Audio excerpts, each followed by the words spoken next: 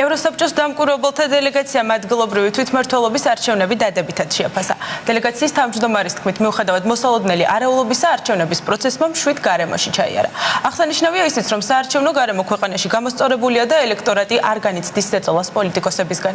მიუხედავად დადებითი შეფასებებისა, დელეგაციის წევრებმა პროცესის უარყოფით მხარეებზეც ისაუბრეს.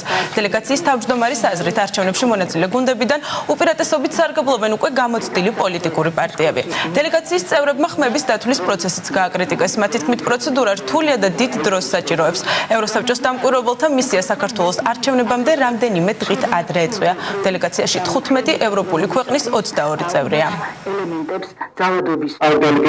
ჩემთვის ძალიან სასიამოვნო სათქმელია ის, რომ გუშინდელი არჩევნები ჩატარდა მშვიდ და წყნარ ატმოსფეროში. თვითონ მართვა საარჩევნო პროცესის ცენტრალური საარჩევნო კომისიის მიერ საკმაოდ პროგრესულად წარიმართა და ტექნიკური მხრიდან თუ ვიმსჯელებთ, ეს იყო გაცილებით უფრო წარმატებული საარჩევნო პროცესი. მინდა გითხრათ, რომ საარჩევნო უბნები იყო კარგად მომზადებული. თვითონ ხმის მიცემის პროცედურასთან დაკავშირებით დარღვევა არ შეგვიმჩნევია. მაგრამ მე მაინც მინდა დავასახელო ერთი შემთხვევა, ერთ-ერთ უბანზე აღმოჩნდა გარკვეული პრობლემა. იმასთან დაკავშირებით, რომ თანამშრომლებმა ვერ დააფიქსირეს ბიულეტენების რაოდენობა და საქმე გამოსწორდა მხოლოდ მას შემდეგ, რაც ჩაერია მაღალი დონის კომისიის წევრები.